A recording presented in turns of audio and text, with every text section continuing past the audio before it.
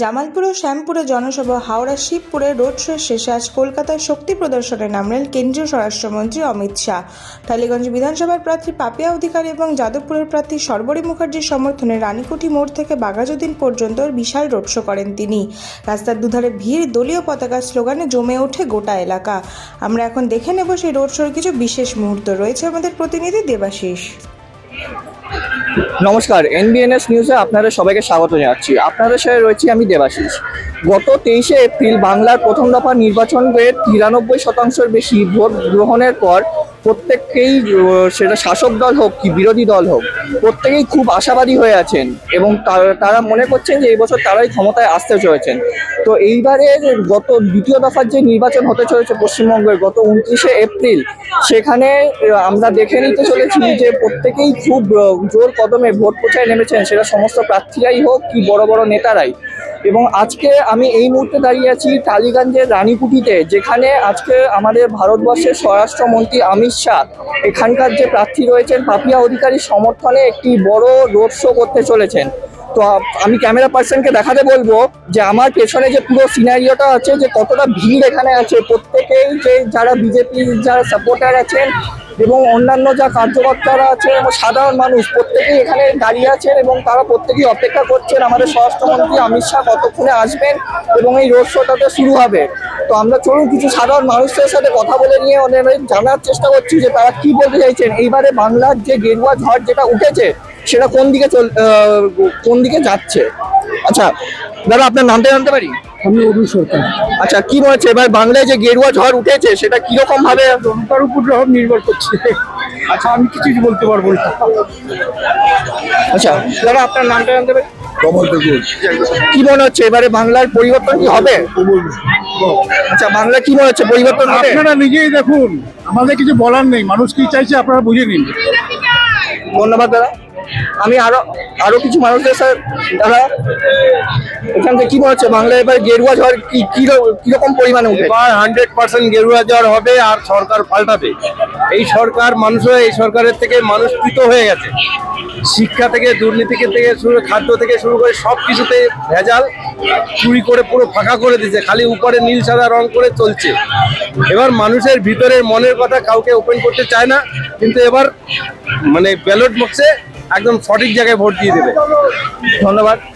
আমরা যেরকম দেখতেই পাচ্ছি যে এখানে আরো অনেক কার্যকর্তারা বিজেপির আছেন, চলুন আমরা তাদের সাথে কথা বলে নিয়ে জানার চেষ্টা করছি এবার কি মতামত আপনার কি হতে চলেছে। বাংলায় পরিবর্তন হচ্ছে, প্রত্যাবর্তন আর হচ্ছে না।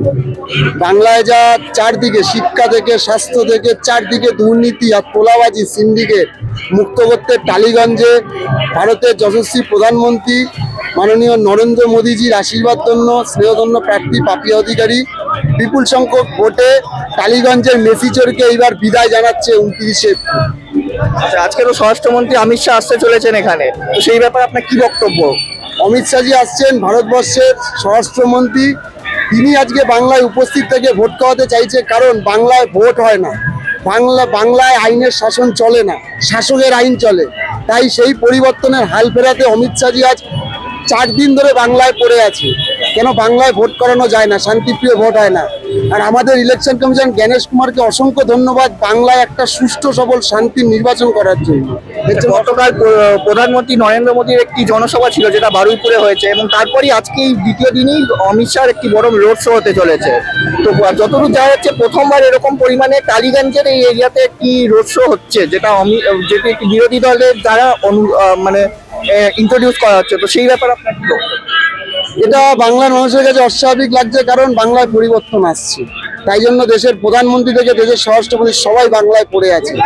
কিন্তু এই বাংলার মানুষকে বাঁচাতে, বাংলার জনগণকে ঠিক জায়গায় নিয়ে আসতে, বাংলার ডেভেলপমেন্টের জন্য আজকে বাংলা কোথায় চলে গেছে। আগে মানুষ বাংলাকে থেকে গর্ব করতো, এখন আমাদের থেকে ইউপি থেকে, বিহার থেকে, উড়িষ্যা অনেক ডেভেলপ হয়ে গেছে, বাংলায় একদম পিছনে পড়ে আছে। সেই বাংলায় হাল ফেরাতে আজকে মানুষ দেখতে পাচ্ছে, বাংলার জনতা দেখতে পাচ্ছে, বাংলার জনগণ দেখতে পাচ্ছে যে ভারতের স্বরাষ্ট্রমন্ত্রী এবং ভারতবর্ষের প্রধানমন্ত্রী ইন্টারন্যাশনাল পাওয়ার যার হাতে রয়েছে, সেই মোদিজি আজ বাংলায় থেকে ভোট করাচ্ছে। এটা খুব আমাদের কাছে আশাবাদী, আমরা আসছি। ধন্যবাদ। কি মনে হচ্ছে এবারে গেরুয়া ঝড় কিরকম পরিমাণে পরিবর্তন আনতে চলেছে? সেটা তো আমাদের ফার্স্ট ধাপেই বোঝা গেছে। আমরা মোটামুটি 130 থেকে 35টা উত্তরবঙ্গ থেকে সিট পাচ্ছি। সেই গেরুয়া ঝড়ের হাওয়া দেখে এখানকার তৃণমূলের ভাইদের সব মুখ শুকিয়ে গেছে। আগামী দিনে আমরা 29শে এপ্রিলের পর এখানে হাওয়াটাও দেখলে 4 তারিখে বোঝা যাবে। গতকাল প্রধানমন্ত্রীর একটি বড় জনসভা যেটা ছিল বারুইপুরে, তারপরই আজকে দ্বিতীয় দিনই অমিত শাহর একটি এত বড় রোড শো আয়োজন করা হয়েছে। তো মানুষের সাপোর্ট আপনারা কিরকম পরিমাণে পাচ্ছেন? মানুষের সাপোর্টটা দাদা আপনি একটুখানি সামনে গেলেই বুঝতে পারবেন।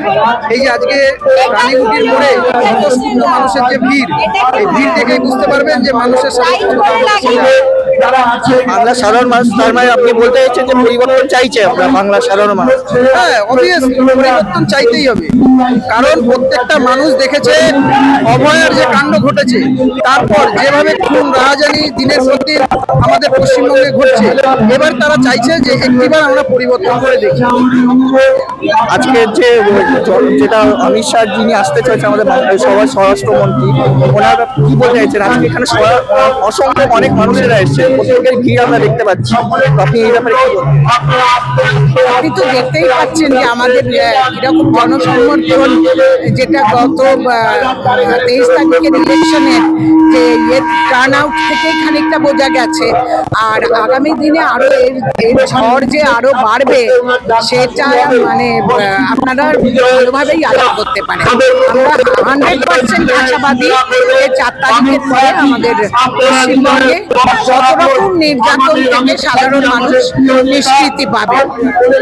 আমার পরিচয়, আমার নাম তপতি মুখার্জি, আমি এখানকার ক্যান্ডিডেট হয়ে দাঁড়িয়েছিলাম। আচ্ছা, আপনার নাম আর পরিচয়টা জানাবেন? আমার নাম হচ্ছে সৌমেন্দ্র চৌধুরী, টলিগঞ্জ মন্ডল কমিটির সভাপতি। ধন্যবাদ। তো আমরা দেখতে পাচ্ছি যে এখানে প্রত্যেকেই, আমি ক্যামেরা পার্সনকে দেখাতে বলবো যে এখানে প্রত্যেকেই যারা কার্যকর্তারা আছেন এবং অন্যান্য সাধারণ মানুষের অনেক জায়গা থেকে এসেছেন, অমিত শাহ আসতে চলেছে তাদেরকে দেখার জন্য এবং প্রত্যেককেই সাপোর্ট করার জন্য অনেকে সবাই চলছে প্রস্তুতি এবং যে ছবিটা আপনাদের সামনে তুলে ধরছি, আপনারা দেখতে পাচ্ছেন যে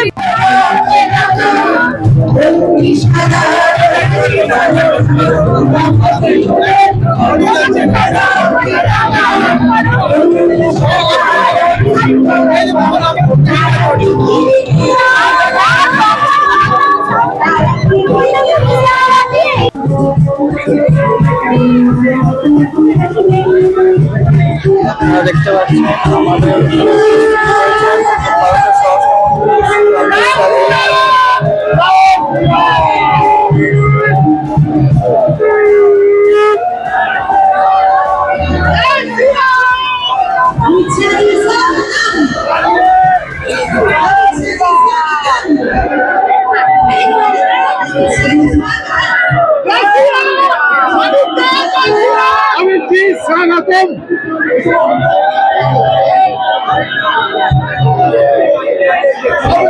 ভারতের কার্যকর্তারা আছেন তারা অমিত শাহজিকে বরণ করে নিচ্ছেন। তারপরে এই বিশাল বড় রোড শো অমিত শাহজিকে বরণ করে নিচ্ছেন এবং তারপর এই রোড শোতে অংশগ্রহণ করবেন।